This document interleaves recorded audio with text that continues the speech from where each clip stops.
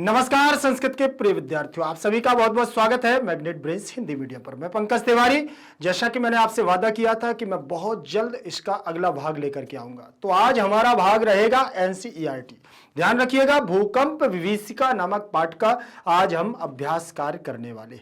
पूरे पाठ को हम लोगों ने 2 भागों में पढ़ लिया है, तो आप भी इसको अच्छे से पढ़ने के बाद अब अभ्यास कार्य को करें। ध्यान रखें, अब मैं आपको एक और बात बताना चाहता हूं कि कक्षा 7वीं से लेकर के कक्षा 12वीं तक के हिंदी मीडियम और इंग्लिश मीडियम के मैग्नेट ब्रेन्स के द्वारा नोट्स तैयार करवाए गए। वो नोट्स आपके परीक्षा में उत्कृष्ट और उत्तम अंक लाने में आपकी बहुत मदद करेंगे। तो उन नोट्सों की जानकारी आपको लेना है। वो कहां से मिलेगी? जिस वीडियो से आप मुझे देख पा रहे हैं उसी के नीचे लिंक इन डिस्क्रिप्शन बॉक्स में जाएंगे तो ई नोट्स और ई बुक्स की संपूर्ण जानकारी आपको वहां से प्राप्त हो जाएगी। ध्यान रखिएगा, भूकंप की विभीषिका, भूकंप रूपी हमारी आपदाएं हैं, उस पर हम आज चर्चा करेंगे आज की क्लास में। तो आप लोग बिल्कुल अपनी पुस्तक लेकर के जरूर बैठें। ध्यान रखें, क्लास रहेगी कक्षा 10वीं संस्कृत शैमुषी द्वितीयो भागः भूकंप विभीषिका एनसीईआरटी सॉल्यूशंस। ठीक, अभ्यास कार्य को हम लोग करने वाले हैं और इस अभ्यास कार्य को ध्यान से आपको करना है, क्योंकि इससे बनने वाले प्रश्नों को ही परीक्षा में हमें सॉल्व करना है। ठीक, चलिए पहले प्रश्न पर चर्चा करेंगे। पहला प्रश्न दिया हुआ है आपका स्क्रीन पर, एक पदेन उत्तरम लिखत। अब यहीं से सवाल उठता है कि सबसे पहले हमें परीक्षा में प्रश्नों को कैसे सॉल्व करना है। ठीक है ना, दोनों कार्य करते हुए जाएंगे हम लोग कि पार्ट का सॉल्यूशन तो हम लोग कर ही रहे हैं, लेकिन परीक्षा भी हमारी नजदीक है। तो परीक्षा के लिए हमें कैसे परीक्षाओं में पढ़ करके इस परीक्षाओं में इन प्रश्नों को सॉल्व करना है, ये आपके लिए बहुत महत्वपूर्ण है। ठीक, सबसे पहले तो प्रश्न को समझना है। प्रश्न क्या कह रहा है? प्रश्न कह रहा है कि एक पदेन उत्तरम लिखत, मतलब एक पद के द्वारा उत्तर लिखो, ये कह रहा है। ठीक, लेकिन अब आपने कैसे मान लिया कि ये ऐसा कह रहा है? क्योंकि बहुत सारे प्रश्न होते हैं। ठीक, तो आपको मैं बता दूं कि एक पदेन में लगा हुआ है तृतीया विभक्ति, और तृतीया विभक्ति का कारक चिन्ह होता है के द्वारा या से, के द्वारा या से। ठीक है ना, अब आप यहां से देखेंगे तो हम यहां से देखेंगे पदम,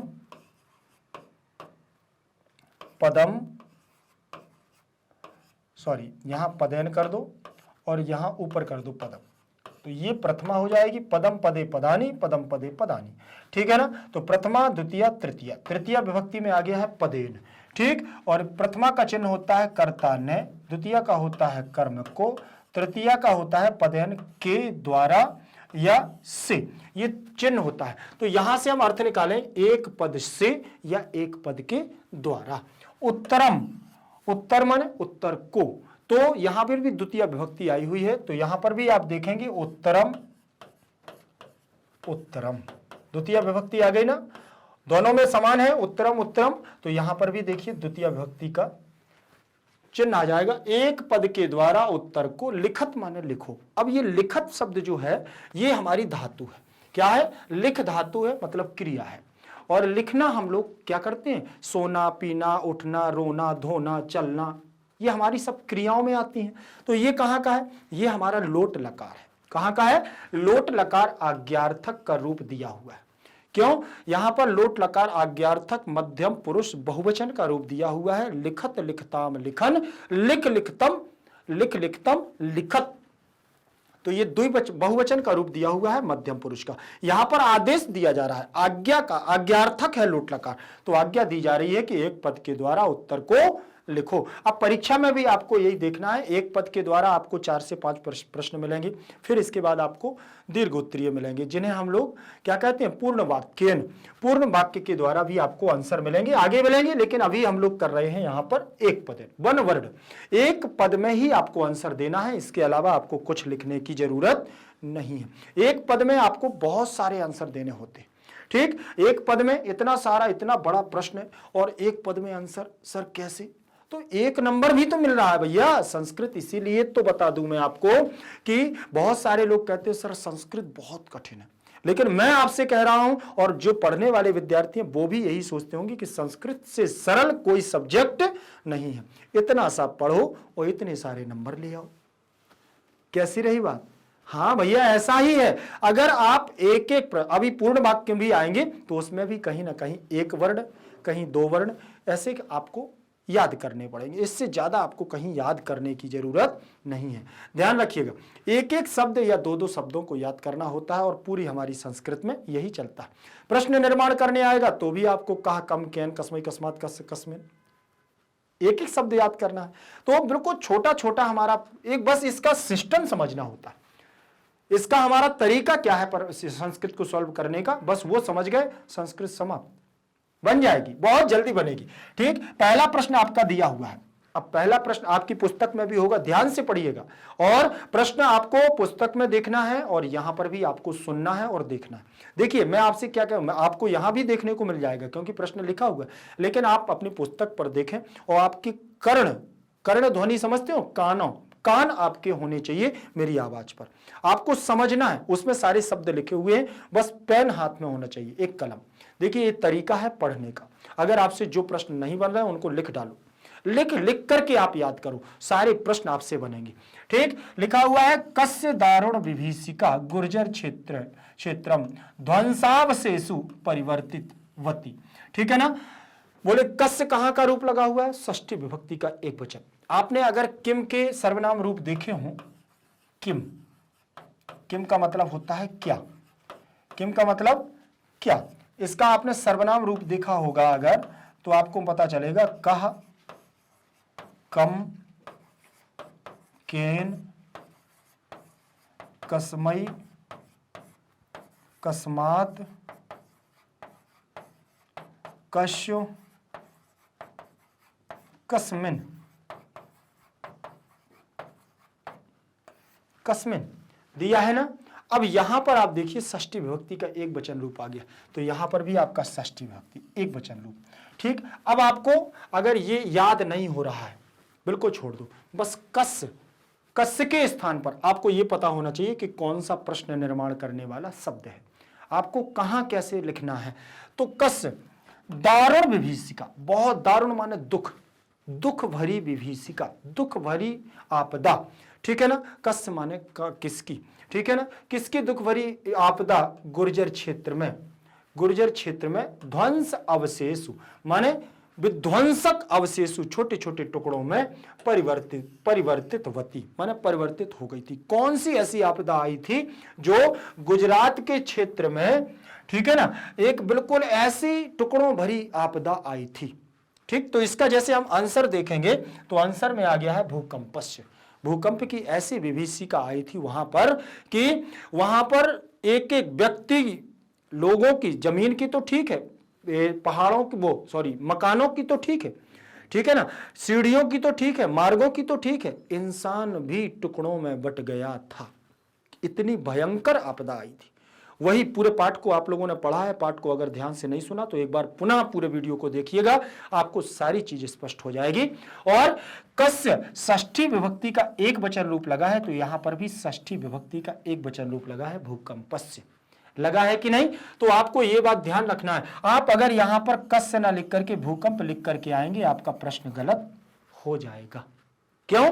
क्योंकि प्रश्न तो षष्ठी विभक्ति में पूछ रहा है और आप दे रहे हो केवल शब्द के रूप में, इसीलिए शब्द को षष्ठी विभक्ति के रूप में ही देना है।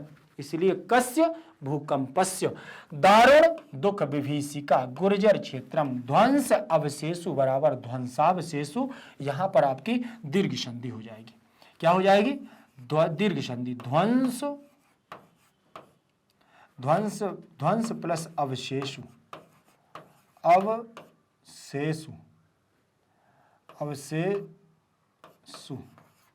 अवशेषु, ठीक है ना। अब यहां पर इसका आ ले लेना है और अवशेषु का आ ले लेना है, दोनों को मिलाना है और बड़ा आ बना देना है और आ को सा में जोड़ देना है, तो यहां बन जाएगा ध्वंसावशेषु ध्वंसावशेषु, ठीक है ना, अवशेषु। ठीक, समझ में आ गया। परिवर्तित वती माने परिवर्तित हो गया है, ध्यान रखना इस बात का। ठीक, तो भूकंपश कीदृशानि भवनानि धाराशायिनी जातानि, किस प्रकार के भवन धराशायी हो गए थे। ठीक, ध्यान से देखना, एक एक शब्द को देखना। कीदृशानि का मतलब किस प्रकार के, कीदृशानि का मतलब किस प्रकार के, भवनानि माने भवन, भवन बिल्डिंग, ठीक है ना, किस प्रकार के भवन, धराशायिनी माने धराशायी, जातानी माने हो गए थे, किस प्रकार के भवन यहां पर धराशायी हो गए थे। तो कीदृशानि की जगह आपको प्रश्न किस प्रकार की, तो यहां पर आपको आंसर लिखना। लेकिन पहले यहां देखिएगा, कीदृशम कीदृशे कीदृशानि, प्रथमा का बहुवचन, भवनम भवने भवनानि प्रथमा का बहुवचन, धराशायिनी प्रथमा का बहुवचन, जातम जाते जातानि प्रथमा का बहुवचन, सब में बहुवचनांत पद है। तो कीदृशानि किस प्रकार के भवन, बहुभूमिकानि, बहुभूमिकानि, भूमि पर बड़े बड़े जो भवन बने हुए थे उन भवनों का हमें क्या है, वो धराशायी होते जा रहे थे, भूकंप मिटते जा रहे थे, अलग अलग गिरते जा रहे थे। क्यों, उसी से तो, भूकंप से बड़ी बड़ी बिल्डिंग तो और जल्दी गिरती है। ठीक, आगे देखें, अगला दिया हुआ है यहां पर कीदृशानि, तो भूमिकानि, बहुवचनांत पद लिखा है।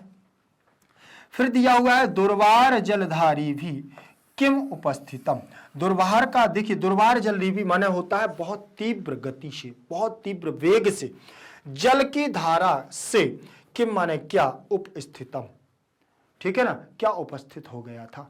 तो आपको मालूम है कि किम माने क्या, किम की जगह, किम हमारा सर्वनाम है, किम की जगह आपको लिख देना है कि क्या आया था भैया, लावा रस आया था, कि वहां पर क्या आया था, महाप्लावन दृश्यम, मतलब बाढ़ का ऐसा दृश्य आया था, महाप्लावन दृश्यम। दुर्वार जलधारा भी, बहुत तीव्र गति से धारा का वेग आया था, जलधारा का, महाप्लाव, महान बाढ़ के रूप में, और कहां पर, गुजरात क्षेत्र में, और बड़ी बड़ी बिल्डिंगें क्या होती गई, धराशायी होती गई। तो यहां पर भी आप देखें, जलधारा भी में तृतीय विभक्ति का बहुवचन रूप लगा है, और किम में कुछ नहीं लगा है, किम, किम हमारा सर्वनाम शब्द है, तो महाप्लावनम दृश्यम जो का त्यों लिख गया है एक वचन का रूप।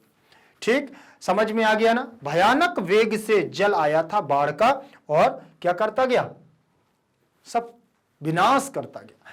कस्य उपशमनस्य, कस्य उपशमनस्य, सिरः स्थिरा उपायः नास्ति, ठीक है ना, किसका उपशमन या किसको नियंत्रण करना या किसका निवारण करना स्थिर उपाय नहीं है, कोई स्थिर, पृथ्वी का भाई जो प्राकृतिक रूप से आपदा है, देव प्रकोप है, उस देव प्रकोप का कोई स्थिर उपाय नहीं है। बस संतुलन बना करके रखिए, पृथ्वी का कभी भूकंप नहीं आएगा। तो कस्य की जगह क्या लिखेंगे, भूकंपस्य, भूकंप का कोई भी स्थिर उपाय नहीं है।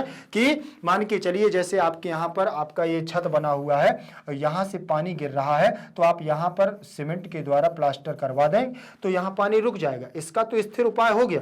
लेकिन भूकंप का भाई साहब कोई स्थिर उपाय नहीं है। आप अगर आज सोचते हो तो कल भूकंप कहाँ आ जाए कोई भरोसा नहीं है। इसीलिए कस्य षष्ठी विभक्ति, भूकंपस्य षष्ठी विभक्ति, ठीक, और उपशमनस्य षष्ठी विभक्ति का एक वचन। स्थिर प्लस उपायः, स्थिरोपायः गुण संधि है, प्रथमा का एक वचन। न प्लस अस्ति,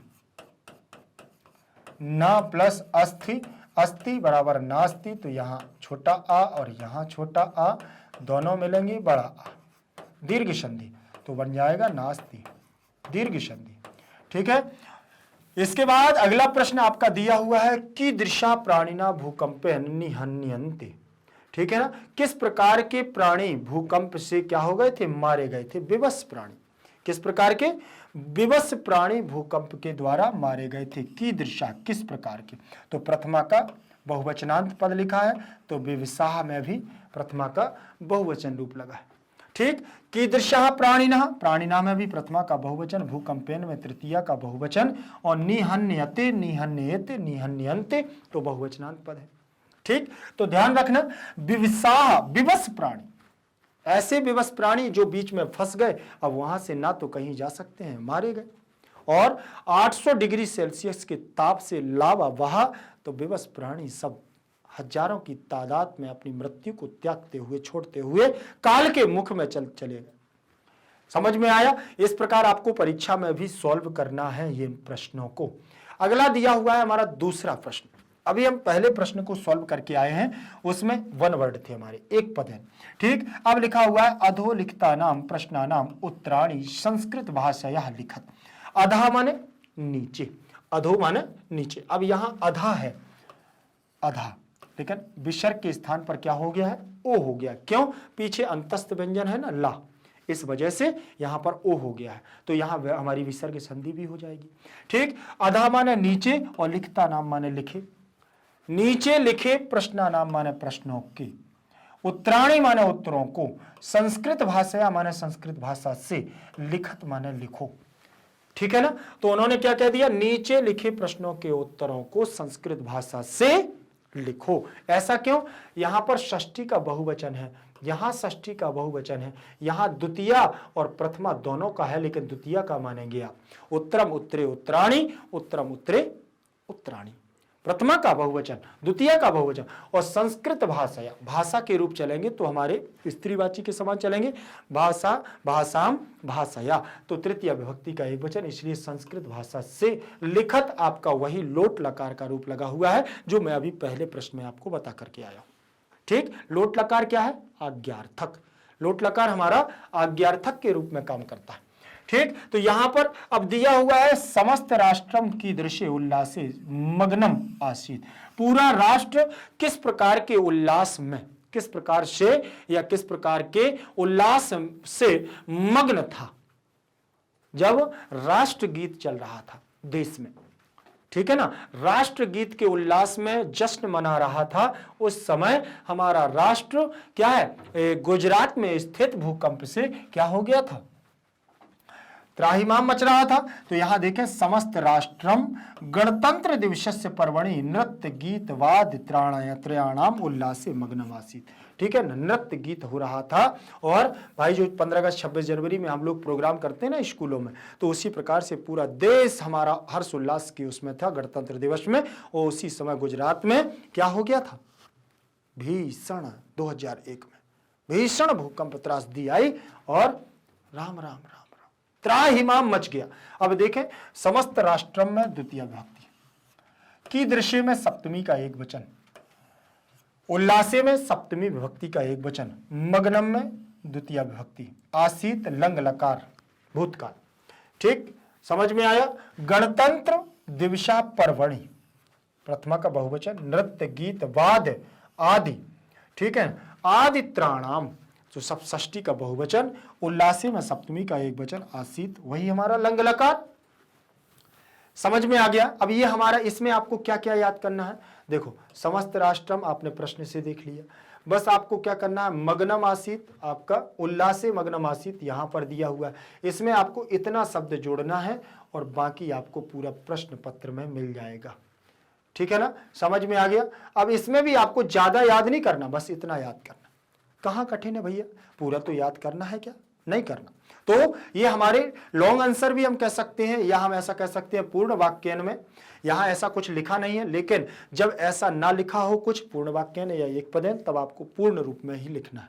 ठीक, ध्यान रखें। आगे दिया हुआ है भूकंपस्य केंद्र बिंदु कह जनपद आसीत। भूकंप का केंद्र बिंदु कौन सा जनपद था, बताइए जल्दी से बताइए। क्यों? क्योंकि ये तो बहुत सुंदर क्वेश्चन है और बहुत महत्वपूर्ण है। गुजरात में स्थित एक हमारा स्थान है जहां पर भूकंप का केंद्र बिंदु है, और वहां का स्थान तो बड़ा क्या हो गया था, भुज नगर है एक। ठीक है ना, तो वो तो और ज्यादा नष्ट हो गया था। भूकंपस्य में षष्ठी विभक्ति का एक वचन, केंद्र बिंदु में प्रथमा का एक वचन, और कह प्रथमा का एक वचन, जनपदा में प्रथमा का एक वचन, आसीत भी लट लकार प्रथम पुरुष, वो लंग लकार प्रथम पुरुष एक वचन का रूप लगा है। ठीक है ना, ध्यान रखें भूतकाल का। यहां पर भूकंपस्य में षष्ठी का एक वचन, भुज नगरम प्रथमा का एक वचन, और जनपदा में प्रथमा का एक वचन, आसीत हमारा वही रहेगा, अस धातु है, आसीत अस्ताम आसन, ऐसे रूप बनेगा। ठीक है ना, समझ में आ गया। आगे दिया हुआ है अगला प्रश्न, पृथिव्याः स्खलनात् किम जायते। पृथ्वी का जो स्खलन होता है, स्खलन समझते हैं, चट्टानों के द्वारा। टकराव होता है और उसमें विस्फोट आते हैं और नदी और धरा को चीरते हुए, पर्वतों को फाड़ते हुए लावा आता है, वो स्खलन किम जायते, क्यों होता है, क्यों जन्म लेता है। तो यहां पर देखिए क्यों जन्म लेता है, महाविनाश का कारण बनाने के लिए। पृथिव्याः स्खलनात् महाकंपनम जायते एन महाविनाश दृश्यम सम उत्पद्यते। और तभी हमारी इस पर बहुत बड़ा संकट, महाविनाशक संकट उत्पन्न होता है। पृथिव्याः में रूप कौन सा लगा हुआ है, षष्ठी विभक्ति का, षष्ठी विभक्ति का हमारा कौन सा रूप लगा हुआ है भैया, एक वचन।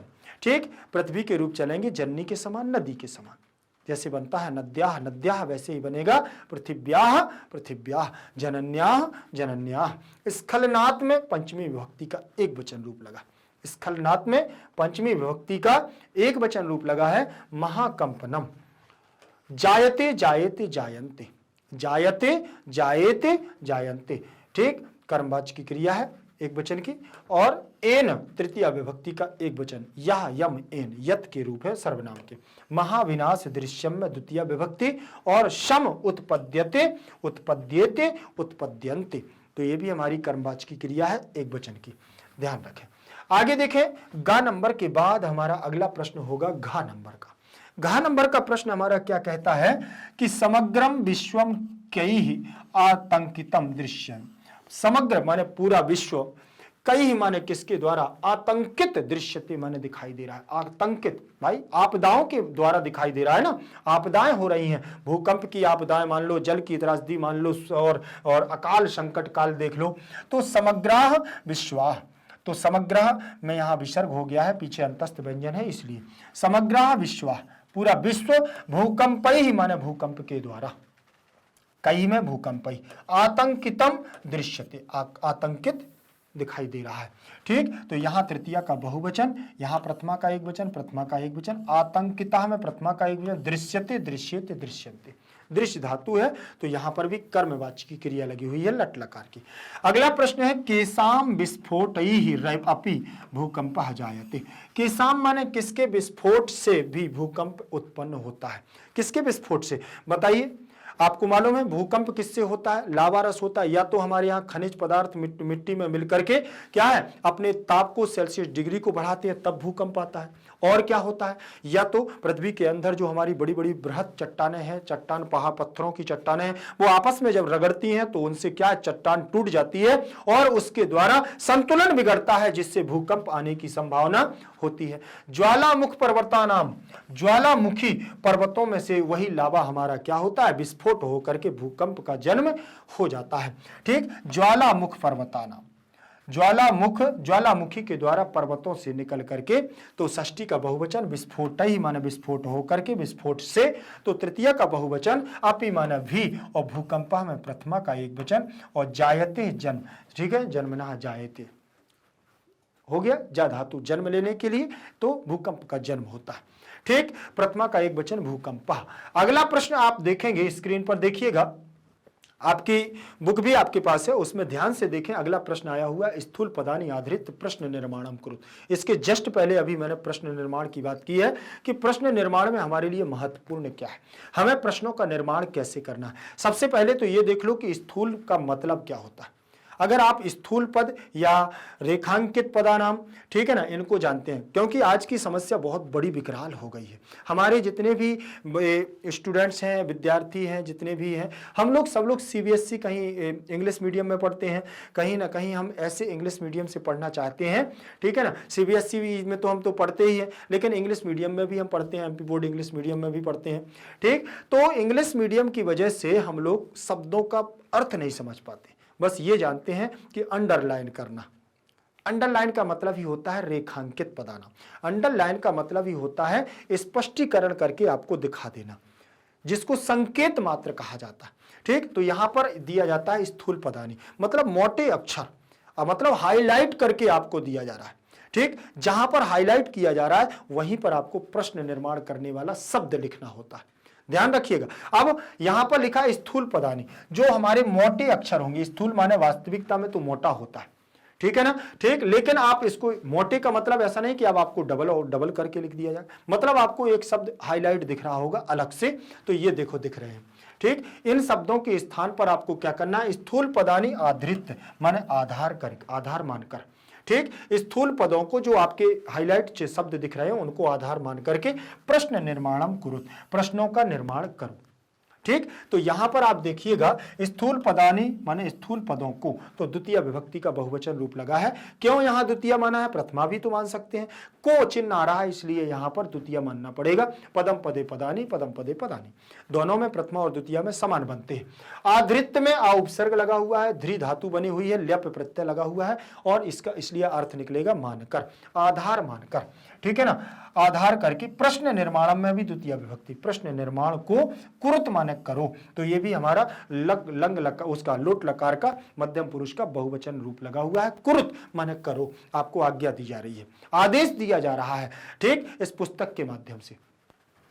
प्रश्न पहला दिया हुआ है, भूकंप विभीषिका विशेषण कच्छ जनपद ध्वंसावशेषु शेषु परिवर्तती, ठीक है, भूकंप की विभीषिका, भूकंप की आपदा से विशेष कारण से कच्छ जनपद कैसा हो गया था, ध्वंस माने टुकड़ों में और टुकड़ों के अवशेषों में परिवर्तित हो गया था। ठीक, किस प्रकार के अवशेषों में परिवर्तित हो गया था, ध्वंस अवशेषु, तो यहां पर सप्तमी का बहुवचन रूप लगा है तो केसु लगा देना। अब आपने देखो कह दिया है कि सर आपने कैसे यहाँ बहुवचन रूप लगा दिया है सप्तमी का, तो मैं आपको बता दे रहा हूं कि यहाँ बहुवचन हमारा कैसे आ जाएगा। बहुवचन में यहाँ आ जाएगा हमारा के कान कई ही, के कान कई केभ्या, केभ्या केसाम केसु, केसाम केसु आ गया ना, तो सप्तमी विभक्ति बहुवचन में आ गया है हमारा केसु। ठीक, सप्तमी विभक्ति बहुवचन, सप्तमी विभक्ति बहुवचन, तो सप्तमी विभक्ति बहुवचन यहां हो जाएगा। ऐसे ही आपको पूरे रूप पूरे ज्यों का त्यों आपको लिख देना, भूकंप विभीषिका विशेषण कच्छ जनपद से केसु परिवर्तवती, मतलब किस में परिवर्तित हो गया था, तो ध्वंस अवशेषु, छोटे छोटे टुकड़ों में परिवर्तित हो गया था। फिर वैज्ञानिका कथयन्ति यत पृथिव्याः अंतर्गर्भे पाषाण शिलानाम संघर्षेण कंपनम जायते, वैज्ञानिक कहते हैं कि जो पृथ्वी के अंदर गर्भ में पत्थरों की शिलाओं का आपस में संघर्षण होता है, उसी घर्षण से कंपन जायते, उसी से कंपन होता है। तो वैज्ञानिका, तो वैज्ञानिका में आप क्या लगाओगे, तो आपने देखा होगा कि ये आप इसका वो देखेंगे शब्द, तो ये लिखा मिलेगा आपको वैज्ञानिका, प्रथमा का एक वचन, फिर लिखेंगे आप वैज्ञानिकौ, वैज्ञानिकौ प्रथमा का द्विवचन, और तीसरा लिखा हुआ है वैज्ञानिका, प्रथमा का बहुवचन। तो आप देखें कहा कौ की आ गया ना, देखें प्रथमा का एक वचन विसर्ग है, प्रथमा का द्विवचन कौ है और प्रथमा का बहुवचन के, तो यहां पर आप क्या लिख दोगे, के लिख दोगे, क्या लिख दोगे, के। आंसर लिख देना, देखो वो आ गया है आंसर, क्या आ गया है आपका, के आ गया। ध्यान रखना इस बात का, क्योंकि जब तक हम इनको समझेंगे नहीं तब तक प्रश्न निर्माण हमसे बनेगा नहीं। ध्यान रखिएगा, क्यों, बहुत महत्वपूर्ण है हमारे लिए, अगर हम इनको नहीं समझ पाएंगे तो ये हमसे नहीं बनेंगे। ध्यान रखना। इसके बाद अगला प्रश्न हमारा क्या है, अगले प्रश्न को हम देखते हैं, लेकिन यहां पर देख लें पूरे प्रश्न को आप देखिए, कथयंती बहुवचनांत रूप लगा हुआ है, यत हमारा अव्यय है, पृथिव्या में षष्ठी का एक वचन रूप लगा है, अंतर्गर्भे में सप्तमी का एक वचन, पाषाण शिलानाम में षष्ठी का बहुवचन, संघर्षण में तृतीया का एक वचन, कंपनम में द्वितीया और जायते में कर्मवाची की क्रिया लगी है। इसी प्रकार से इसमें लगी हुई है। बस प्रश्न को समझना है, प्रश्न को समझ करके आपको आंसर देना है, एक एक प्रश्न आपसे बनता जाएगा। गा नंबर का आपका प्रश्न दिया हुआ है, गा नंबर के प्रश्न में आपको देखो लिखा हुआ है क्या है, बिल्कुल अब आपके द्वारा मुझे इस पर आंसर चाहिए, आप जल्दी से कमेंट सेक्शन में मुझे लिख करके इसका आंसर दें। फिर मैं आपको बता रहा हूं, इसमें मैं आपको यह बता दे रहा हूं कि सप्तमी विभक्ति का एक वचन रूप लगा, सप्तमी विभक्ति का एक वचन रूप लगा हुआ है, तो जल्दी से बताइए, विवसा प्राणिना आकाशे पिपीलिका यू निहन्यन्ते, अर्थ बता दूं, विवश प्राणी आकाश में, पिपीलिका माने चींटियों के, यू माने समान और निहन्यन्ते माने मारे गए। चींटियों के समान मारे गए। विवश प्राणी क्या हो गए? चींटियों के समान माने गए। देखिएगा आप इसको जल्दी से देखें। देख लिया आपने? देखा कि नहीं देखा? चलो अब आप देखें आकाशे किस प्रकार के प्राणी, ठीक है ना, कैसे कहां पर मारे गए, कहां पर, तो आप स्थानवाची आ रहा है तो कुत्र या कस्मिन लगा सकते हैं। कुत्र माने कहां और कस्मिन माने कैसे, ठीक है ना। तो विवसाह प्राणिना कुत्र या कस्मिन पिपीलिका यू निहन्यन्ते, प्रथमा का बहुवचन, आकाशे में सप्तमी का एक वचन। किस किसने आंसर दिया है मुझे जल्दी से बताएं, ठीक है ना। और कस्मिन, अब ये आपने यहां कुत्र या कस्मिन क्यों लगाया है तो आपको मैं बता दूं, देखो कह, कम, केन, कस्मई, कस्मात, कस्य, कस्मिन। सप्तमी विभक्ति में कस्मिन आ गया ना। अब कस्मिन आ जाता है, स्थानवाची आता है तो कुत्र लिख देते, कुत्र लिख देते, ठीक है ना। और यहीं पर कीदृशम लिख देते, कीदृशम। किस प्रकार? यहीं पर कीदृशानी लिख देते हैं, बहुवचनांत पद आ जाता। तो इस प्रकार से प्रश्न निर्माणों को हमें करना चाहिए। चलिए आगे देखें। एतादृशी भयावह घटना गढ़वाल क्षेत्रे घटिता। इस प्रकार की भयावह घटना, एतादृशी इस प्रकार की भयावह घटना गढ़वाल क्षेत्र में घटित हुई, ठीक है ना। तो भयावह घटना एतादृशी में आप देख लीजिए कि क्या लगा हुआ है, प्रथमा का एक वचन। तो कीदृशी आ गया ना, कीदृशी किस प्रकार की भयावह घटना गढ़वाल क्षेत्र में घटित हुई, तो एतादृशी इस प्रकार की, प्रथमा का एक वचन, गढ़वाल क्षेत्र सप्तमी का एक वचन, घटिता में प्रथमा का एक वचन, और कीदृशी माने किस प्रकार। बिल्कुल बहुत सरल है, अगर एक प्रश्न को समझ लिया सारे बन जाएंगे। फिर लिखा हुआ तद इदानीम भूकंप कारणम विचारणीयम तिष्ठति। तब तद इदानीम बोले इसी समय, अब क्या है, भूकंप के कारण को विचारणीय माने विचार करना चाहिए, ठीक। तो किम आ जाएगा। तिष्ठति कहां का रूप है?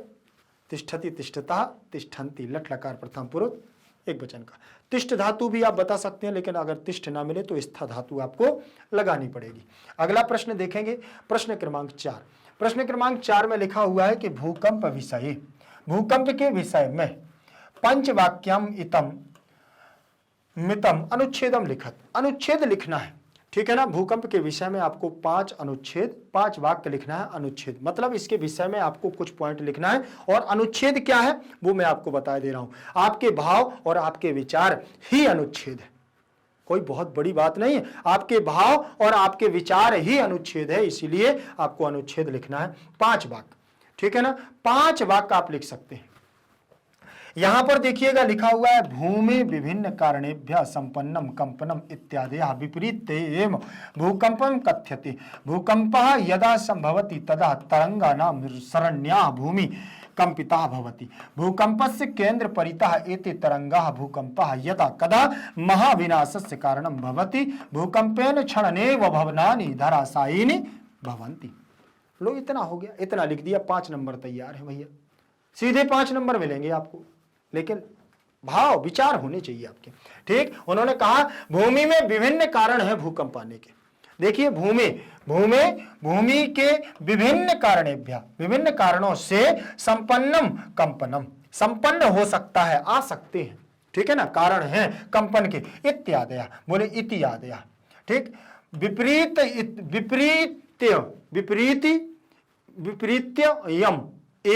विपरीत्यम एव भूकंपः कथ्यते। और जब विपरीत अवस्था आती है तो उसे हम भूकंप कहते हैं। भूकंपः यदा संभवति तदा तरंगानां सरण्या भूमि, ठीक। और भूकंप जब संभव होता है, जब तरंगे क्या होती हैं, आपस में टकराने की संभावना होती है भूमि में, और भूमि में कंप क्या होती है, कंपिता भवति, भूमि कंपन होती है।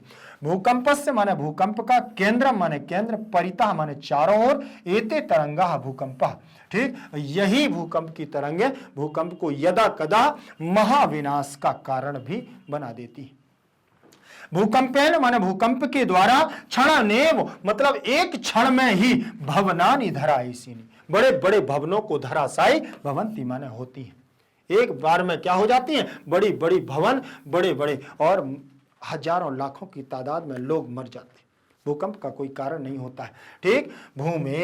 भूमि आपका षष्ठी का एक वचन रूप बना हुआ है और विभिन्न कारणेभ्यः चतुर्थी का बहुवचन, संपन्ना में प्रथमा का एक वचन कंचन इत्यादि में यण संधि, और यहाँ पर भूकंपा में प्रथमा का एक वचन कथ्यते कथ्यते कथ्यन्ते लगा हुआ है, तो कर्मवाच्य की क्रिया है। भूकंप में प्रथमा का एक वचन, यदा अव्यय है संभवती लट लकार प्रथम पुरुष एक वचन, तदा भी अव्यय है तरंगा नाम में षष्ठी का बहुवचन, शरण्या में तृतीया का एक वचन, भूमि में प्रथमा का एक वचन, कंपिता में प्रथमा का एक वचन, भवती लट लकार प्रथम पुरुष एक वचन। भूकंपस्य में षष्ठी विभक्ति का एक वचन रूप लगा हुआ है। केंद्रम परिता, परिता माने चारों ओर, एते तरंगे, एते सप्तमी का एक वचन, तरंगा प्रथमा का बहुवचन, ठीक। और भूकंपा में प्रथमा का यदा कदा अव्यय दिया हुआ है। महाविनाशस्य में षष्ठी का एक वचन, कारणम में द्वितीय विभक्ति भवति लट लकार प्रथम पुरुष एक वचन। भूकंपेन में तृतीया का एक वचन, क्षणेन तृतीया का एक वचन, एवं भवनानी में प्रथमा का बहुवचन, धरा ईसीनी में प्रथमा का बहुवचन, भवंती में बहुवचनात् पद लगा हुआ है। ध्यान रखें। आगे चले, प्रश्न क्रमांक 4 के बाद प्रश्न क्रमांक 5 पर चलेंगे, ठीक है ना। 5वां प्रश्न हम लोग कर रहे हैं, ध्यान रखें, अच्छे से ध्यान से देखिएगा। कोष्ठकेषु दत्तेषु धातुषु निर्देशानुसारम परिवर्तनम विधाय रिक्त स्थानानि पूरयत। अब यहां आपको पूरा निर्देश दिया जा रहा है कि कोष्ठकेषु माने कोष्टक में, ब्रैकेट कोष्टक ब्रैकेट ब्रैकेट, दत्तेषु माने दिए, कोष्टक में दिए, धातुषु माने धातुओं, ठीक, धातु, निर्देशानुसारम माने निर्देश के अनुसार, परिवर्तनम माने परिवर्तन, और विधाय माने करो, किस प्रकार से परिवर्तन होना है उन धातुओं को करो, और रिक्त स्थानानि माने फिल इन द ब्लैंक्स, रिक्त स्थान जो खाली स्थान दिया हुआ है उसमें क्या करो, पूरियत माने पूरा करो। जो यहां पर ये धातुएं दी हुई हैं, प्रत्यय दिया हुआ है, उसको आपको बना करके इन रिक्त स्थानों में पूरा करना है। अब इसके लिए बोले सर मैंने ये तो पढ़ा ही नहीं है। अरे नहीं पढ़ा है तो जल्दी से आपको मैग्नेट ब्रेंच की साइट पर जाओ और खोल करके निकालो कि ये प्रत्यय कहां पढ़ाए गए हैं। भैया सारे वीडियोस पड़े हुए, एक एक चीज प्रत्येक की लाइव क्लास की 2-2 घंटे की 3-3 घंटे की क्लासें पड़ी हुई हैं, देख डालो जल्दी से और कर दो इनको धराशायी। भूकंप कर रहा है पूरी पृथ्वी को धराशायी, और तुम कर दो एक कोष्टक बना बना करके पूरी धातुओं को धराशायी, बना डालो जल्दी से, देख डालो। समग्रम भारतम उल्लासेन मग्न, ठीक। अब यहां पर उनका पूरा देश भारत और पूरा भारत देश उल्लास में मग्न था, है नहीं था, लंग लकार का रूप बनाना है, ठीक है। लेकिन वो कह रहा है कि यहां पर तो आप लट लकार का बनाओ, ठीक है। तो लट लकार का कैसे बन जाएगा, लंग लकार का बनाना पड़ेगा, लेकिन लट लकार का अस्थि में बना देंगे। वो यहां पर तो वहां तो आपके पाठ में तो मिलना है आसित, आसित मिलेगा, ये मिलेगा, लेकिन आपको लट लकार में बनाना है वर्तमान काल में, ठीक। वो तो ये तो लंग लकार का आसित था, लेकिन आपको बनाना है अस्थि में। क्यों बनाना है, क्योंकि यहां लट लकार दिया हुआ है। अगर यहां ये दिया होता लंग लकार तो आप इसको लिख देते, आपकी पुस्तक में भी लिखा हुआ है आसित, ठीक। बस आपका यहां सूझबूझ काम करेगा कि लट लकार का मतलब वर्तमान काल, तो लट लकार में आपका रूप बनेगा अस धातु से अस्ति स्तः संति, एक वचन द्विवचन बहुवचन, तो एक वचन का रूप आपको अस्थि लगा देना, ठीक। तो यहां पर अस्थि लग जाएगा। फिर इसके बाद दिया हुआ भूकंप विभीषिका कच्छ जनपद विनिष्टा, भूकंप की आपदा से कच्छ जनपद पूरा विनष्ट हो गया था, नाश हो गया था। तो कृ धातु और कितवतु प्रत्यय और गीप प्रत्यय से आप रूप बनाओगे तो क्या बनेगा, ठीक। तो कृतवान बन जाएगा, फिर कृतवती बन जाएगा। क्या बन जाएगा, क्या क्या बनेगा, देखो ये कृतवती बन गया है। कैसे बना है वो मैं आपको बता दे रहा हूं, ठीक। पहले तो आपको क्री धातु लगा करके कितवतु प्रत्यय लगाना। कितवतु प्रत्यय में आपको पता होना चाहिए कि इसमें शेष क्या बचता है, तो का की संज्ञा हो जाती है और उ की संज्ञा होती है, तवत शेष बचता। तो क्री प्लस तवत ये आपका बच जाएगा। आप इसको जोड़ोगे, क्या जोड़ लोगे, तो कृतवत बन जाएगा, कृतवत बन गया। अब आपको यहां कृतवान बनाने की जरूरत नहीं है, कृतवत बन गया। तो गीप प्रत्यय से यहां ई शेष बचेगा गीप में, तो ई को इसमें जोड़ देना है, तो बन जाएगा कृतवती। अब पुल्लिंग में बनेगा कृतवान और स्त्रीलिंग में बनेगा कृतवती और नपुंसकलिंग में बनेगा कृतवत। ऐसे रूप बनते हैं थोड़ा सा। ठीक, मैं ज्यादा अब यहां पर ज्यादा आपको विश्लेषण नहीं करूंगा, बहुत लंबा वीडियो हो जाएगा। ठीक, इसीलिए मैं आपको केवल इतना ही बता सकता हूं कि सीधा कृतवत बनाओ और गिप प्रत्यय स्त्रीवाची जोड़ करके कृतवती बना दो तो कृतवती आ जाएगा। अगला देखिए प्रश्न दिया हुआ है, क्षणेन नेव प्राणिनः ग्रह विहीना खाली स्थान। ठीक है ना। अब देखो यहां दिया क्षण भर में प्राणी घर से विहीन हो गए, घर से अलग हो गए, एक पल नहीं लगा और संपूर्ण अपने अपने सभी प्राणी घर से दूर हो गए। तो भू धातु लंग लकार प्रथम पुरुष बहुवचन का रूप बनाना है तो क्या हो जाएगा, प्रथम पुरुष बहुवचन का रूप बनाना है तो कहां, लंग लकार, तो भवत भवताम भवन क्या बनेगा, हमारा रूप क्या बनेगा, अभवन। लंग लकार भूतकाल का रूप बनेगा तो अभवत अभवताम अभवन रूप बन जाएगा। बन गया कि नहीं बन गया, लंग लकार भूतकाल। ठीक, तो यहां पर आपका ऐसे बनेगा अभवत अभवताम अभवताम और अभवन, ऐसे हमारा रूप बन जाएगा अभवन। ठीक, और यहां पर ये तो प्रथम पुरुष का हो गया। मध्यम पुरुष में आओगे तो अभव अभव अभवताम अभवतम और यहां बनेगा अभवत अभवत। अब आप सोचोगे सर इसमें और इसमें अंतर क्या है। भाई साहब अंतर तो है, अंतर यह है कि इसमें हलंत नहीं लगा, इसमें हलंत लगा हुआ है, तो ये अंतर ही तो है। और आपने अगर हलंत हटा दिया यहां से, ये देखो अभवन का या अभवत का, तो समझ लेना कि सीधा पुरुष चेंज हो जाएगा भाई साहब, गड़बड़ हो जाएगा, एक नंबर चला जाएगा, पूरी मेहनत आपकी पानी में चली जाएगी। तो नहीं करना है ऐसा बबुआ। आगे चले, अगला चलिए आगे हमारा रहेगा, ये देखिए इसमें लिखा हुआ है अगला प्रश्न कि शांतानि पंच तत्वानि भूतलस्य योगक्षेमाभ्याम। ठीक, और रिक्त स्थान दे दिया है। अब यहां पर शांतानी में प्रथमा का बहुवचन, पंच तत्वानी में भी प्रथमा का हमारा बहुवचन रूप दिया है, भूतलस्य में षष्ठी विभक्ति का एक वचन, योगक्षेमाभ्याम और खाली स्थान, भू धातु लंग लकार प्रथम पुरुष बहुवचन का रूप आपको यहां फिल करना है। ठीक है ना। अब यहां पर एक बात ध्यान रखिएगा कि उसने कहा है कि पृथ्वी पर अगर शांति चाहिए, पृथ्वी पर आपको शांति चाहिए तो इन 5 तत्वों को क्या करना है, भूतल पर शांत रखना पड़ेगा। कौन कौन से देखें, उन्होंने कहा योगक्षेम, जो अप्राप्त चीज है उसको प्राप्त करना हमारा क्या कहलाता है, योग, और जो प्राप्त चीज है उसकी रक्षा करना क्षेम कहलाता है। तो भू धातु से हम लंग लकार में बनाएंगे तो अभवन बनेगा, लट लकार में बनाएंगे तो भवंती बनेगा और लोट लकार में बनेगा तो अभवन बनेगा। ठीक है ना। तो ये रहेगा आपका भवंती। फिर इसके बाद अगला प्रश्न दिया हुआ है हमारा, देखिएगा यहां पर, लेकिन यहां पर देख ले भवंती रूप बना है भू धातु से हमारा भवती भवता भवंती। ठीक है ना। तो यहां पर आपको ध्यान रख लेना है। अब इसके बाद अगला प्रश्न हमारा रहेगा, हमारा ये देखिए अगला रहेगा मानवाह। क्या रहेगा, मानवाह। अब मानवाह में मानवा खाली स्थान यत बहुभूमिक भवन निर्माणम करणीयम न वा, पृच्छ धातु से लट लकार प्रथम पुरुष बहुवचन का रूप बनाना है। मानवाह पृच्छति, क्या बनेगा, बहुवचन पृच्छन्ति यत बहुभूमिक भवनानि निर्माणी करणीयम न वा।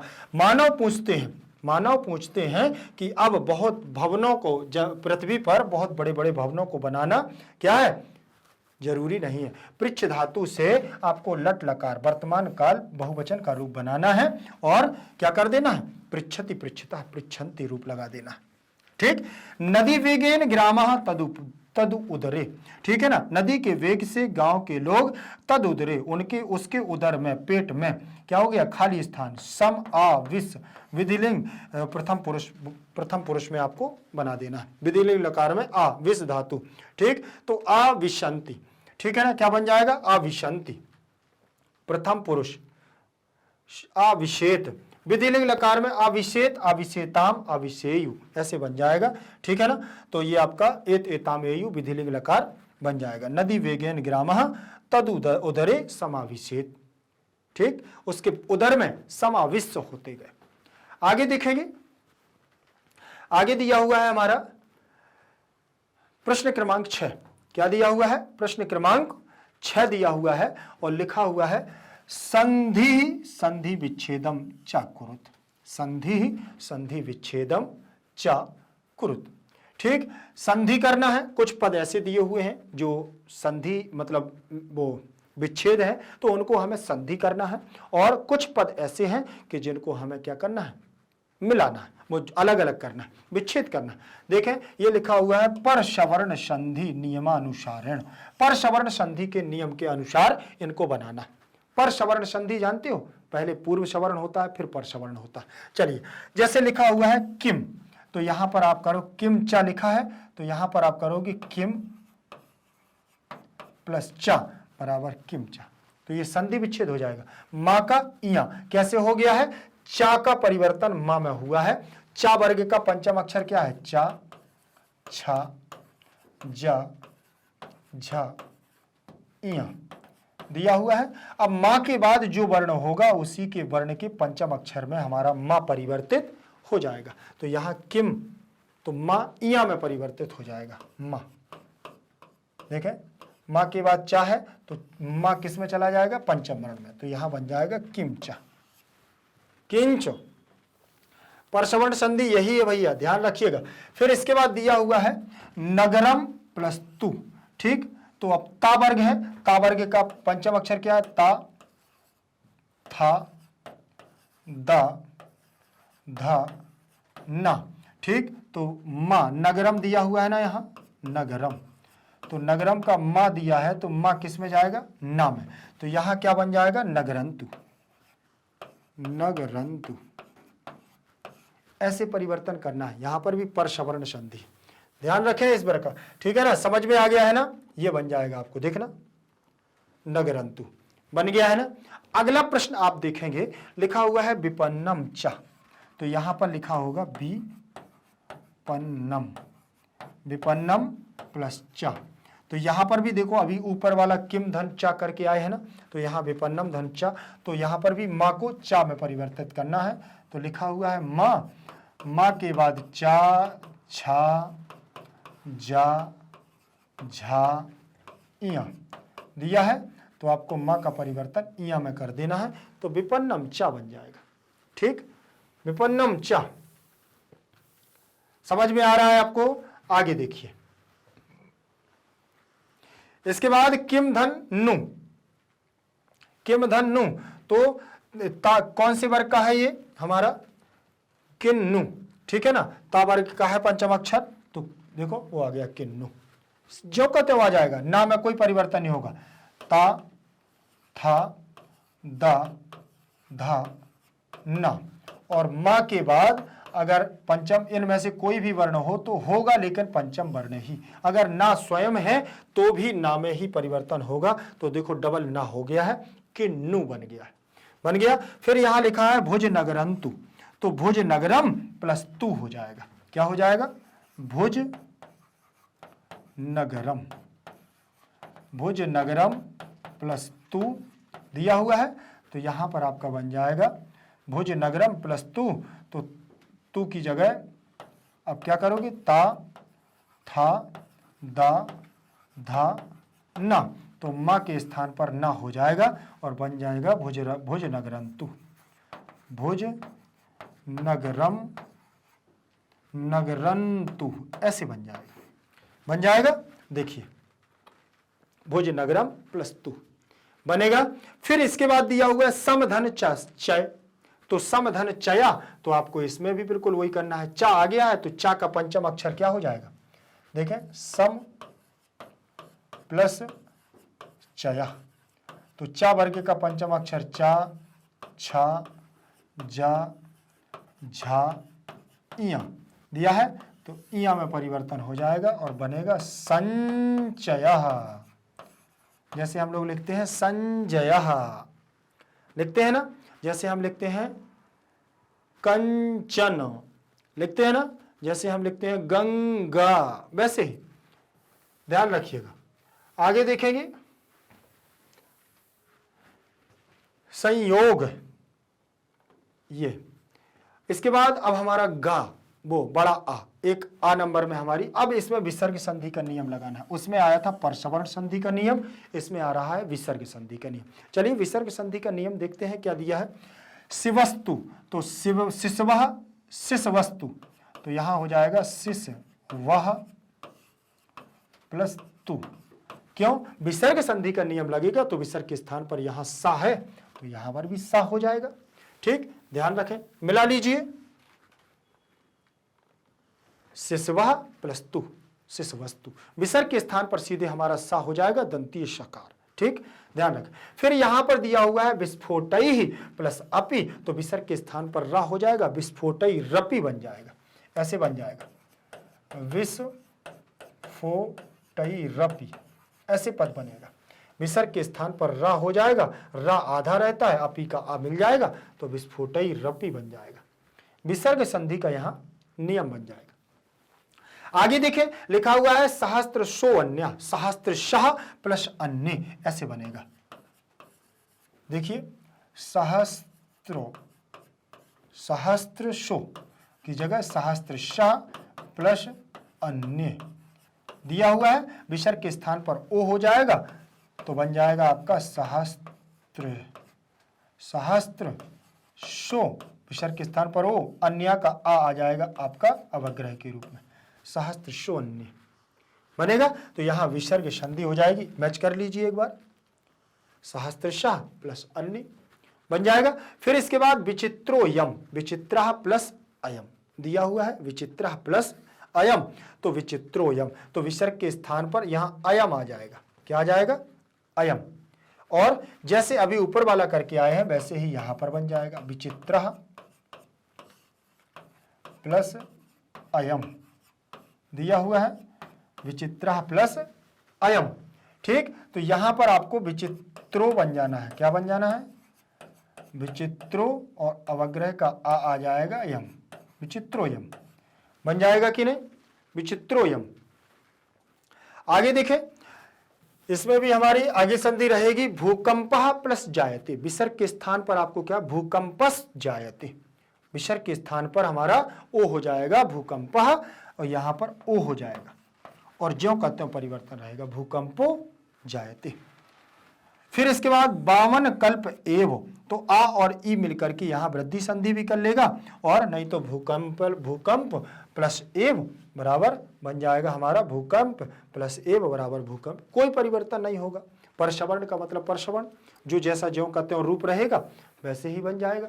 विसर्ग का मतलब विसर्ग। आगे देखें, प्रश्न क्रमांक हमारा 7, प्रश्न क्रमांक हमारा 7 हो जाएगा, और दिया हुआ है 7वें में आ नंबर का, यहां पर एक्सरसाइज दी है। आ नंबर की एक्सरसाइज में उन्होंने कहा है कि का स्तंभे पदानी, मतलब 2 स्तंभ दे दिए हैं, एक पहला स्तंभ और दूसरा स्तंभ। तो का स्तंभे पदानी दत्तानी, का स्तंभ में जो पद दिए हुए हैं, तो खा स्तंभे विलोम पदानी तयो संयोगा कुरत, और खा स्तंभ में जो उनके विलोम पद दिए गए हैं उनसे क्या करना है? मैच करना है, उनको मिलाना है। चलो भैया वो भी देखे ले रहे हैं कैसे मिलाना है, ठीक है ना, उनको भी मिला करके देखे ले रहे हैं, विलोम पदों को मिला लीजिए। संपन्नम का आपका क्या हो जाएगा? विपन्नम। संपन्नम का क्या हो जाएगा? विपन्नम। ध्वस्त भवनेषु, तो नवनिर्मित भवनेषु, भाई टूटे हुए भवन, जुड़े बने हुए भवन। और निस्सरंती भी प्रविसरंती भी, ठीक है ना, निस्सरंती भी का मतलब निकलना, और प्रविसंती भी का मतलब होता है प्रवेश करना, और निर्माय का मतलब निर्माण, और विनाशाय का मतलब होता है विनश्य, नष्ट करना। क्षणनेव माने क्षण भर में, और सुचिरेव माने होता है बहुत लंबे समय। ठीक, तो ये हमारे विलोम पद थे, और विलोम पदों को यहां पर भी आपको मिलेंगे तो आपको मिलाने पड़ेंगे, ये उल्टे सीधे होंगे, आपको सीक्वेंस के साथ लिखने होंगे। ठीक, अगला प्रश्न देखेंगे हम, प्रश्न क्रमांक 7 का आ नंबर। यहां पर क्या दिया हुआ है? फिर उसी प्रकार से यहां पर 2 कॉलम आपके दिए हुए हैं, 2 कॉलम को हम देख रहे हैं, और लिखा है कि का स्तंभे पदानी दत्तानी खा स्तंभे समानार्थक पदानी तयो संयोगम कुरुत। पहले स्तंभ में कुछ पद दिए हुए हैं, पहले स्तंभ में कुछ पद दिए हैं, उन पदों को क्या करना है? उन पदों को समानार्थक पदों से मिलाना है। समानार्थी पद आपको जानना पड़ेगा कि क्या है। समानार्थी पदों को हम विलोम पद, वो पर्यायवाची पद भी कहते हैं। एक समान अर्थ को देने वाले पदों को हम समानार्थी पद भी कहते हैं। ध्यान से समझिएगा, एक समान शब्द के अर्थ को प्रतीत करने वाले पदों को हम समानार्थी पद भी कहते हैं। ठीक, यहां पर देखें पर्याकुलम दिया हुआ है, विशीर्णा दिया हुआ है, उद्विग्न रंतः दिया है, विदार्य दिया हुआ है, प्राकुपितम प्राकुपिताम दिया हुआ है। अब इनका समानार्थक पद क्या होता है? पर्याकुलम का मतलब क्या होता है तो आप देख लीजिए, ये दिया पर्याकुलम का मतलब व्याकुलम, ठीक है ना, अर्थात बेचैन हो जाना, परेशान हो जाना। विशीर्णा का मतलब नष्ट हो जाना, विशीर्ण हो जाना, विदीर्ण हो जाना। उद्विग्न का मतलब होता है प्रकट हो जाना, उद्विग्न हो जाना, निकल आना। विदार्य का मतलब हो जाना, संतृप्त हो जाना, टूट जाना एक एक चीज में। और प्राकुपिताम का मतलब क्रोध युक्ताम, क्रोध से युक्त हो जाना। ये हमारे समानार्थी पद, एक समानार्थों को, इस प्रकार की एक्सरसाइज आपको बहुत सरल है ये, ठीक है ना। फिर इसके बाद दिया हुआ है 8वें नंबर का प्रश्न। 8वें नंबर के प्रश्न को देखें, उदाहरणम अनुसृत्य प्रकृति प्रत्ययो विभागम कुरु। उदाहरणम का माने जो उदाहरण दिए हुए हैं उन उदाहरणों का अनुसरण करो। एक जो दिया हुआ है आपके लिए यहां पर जैसे, ठीक, तो उसका अनुसरण करना है और प्रकृति प्रत्यय विभागम करो, प्रकृति प्रत्ययों को अलग अलग करना है, तो वो भी हम करके देखते हैं। ठीक, तो अलग अलग करना है, प्रकृति क्या है और प्रत्यय क्या है ये भी जान लो। प्रत्यय हमेशा पीछे जोड़ा जाता है, प्रकृति का मतलब होता है मूल पद, ठीक है ना, मूल धातु भी हो सकती है, शब्द भी हो सकता है, नो डाउट कुछ भी हो सकता है, ठीक, उपसर्ग भी आगे लगे मिल सकते हैं। ठीक, तो यहां लिखा हुआ जैसे परिवर्तित वती, तो परि उपसर्ग है, वृत्त धातु है, कितवतु प्रत्यय है, गीप प्रत्यय है। तो यहां पर आपसे पूछेगा कि इसमें कौन इसकी प्रकृति है, तो आप कहलाओगे ये प्रकृति है। जिसमें मैं बॉक्स बनाऊं वो समझ लेना वो प्रकृति है, जिसमें मैं गोला बना दूं, ठीक है ना, वो आपके प्रत्यय है। ठीक, और जिसमें कुछ ना बनाऊं वो आपके उपसर्ग है। इतना ध्यान रखिएगा, पीछे जुड़ने वाले प्रत्यय कहलाते हैं, और जिनमें मैं धातुएं बता रहा हूं, शब्द बताऊंगा, और जिनमें मैं इस प्रकार से आपका ब्रैकेट बना दूं या ऐसा बॉक्स बना दूं, तो समझ लेना वो आपकी प्रकृति है। और आपको ही समझ में आना चाहिए कि शब्द क्या है और धातु क्या है, वो आपकी प्रकृति होगी। जैसे धृतवान लिखा हुआ है, तो धृतवान में निश्चित है कि धृ धातु होगी और हमारा कितवतु प्रत्यय होगा, तो ये आपकी क्या हो जाएगी, धृतवान, ये आपकी मूल प्रकृति हो जाएगी, ये आपका प्रत्यय हो जाएगा। क्या हो जाएगा, ये प्रत्यय हो जाएगा। ठीक, इनसे बनने वाले पद हमारे बहुत क्या है, अच्छे हैं। और कैसे बनते हैं वो आपको धृ से धृत बनाना है, और कितवतु से आपको काकी और ऊ की संज्ञा करके तबत बचेगा, तो धृतवत बनेगा, फिर धृतवान बनेगा, फिर धृतवती बनेगा। पुल्लिंग, स्त्रीलिंग, नपुंसकलिंग तीनों लिंगों में हमारे ये रूप निर्धारित करते हैं। फिर हसन शब्द दिया हुआ है, तो यहां हस धातु होगी और सत्री प्रत्यय होगा। क्या होगा, सत्री प्रत्यय बन जाएगा हसन। सत्री प्रत्यय में आपका क्या शेष बचता है, अत शेष बचता है, अत को अन हो जाता है। ठीक, आपको ये ध्यान रखना है किसमें क्या शेष बचता है। ठीक, कितवतु में तवत शेष बचता है और गीप में ई शेष बचता है। ये प्रत्यय का आपको पता होना चाहिए कि किस प्रत्यय में क्या शेष बचता है। जैसे विशीर्णा लिखा हुआ, तो अब यहां भी उपसर्ग आ गया है, तो इसमें मैं कुछ नहीं करूंगा। श्री धातु है, तो ये आपकी मूल प्रकृति हो जाएगी।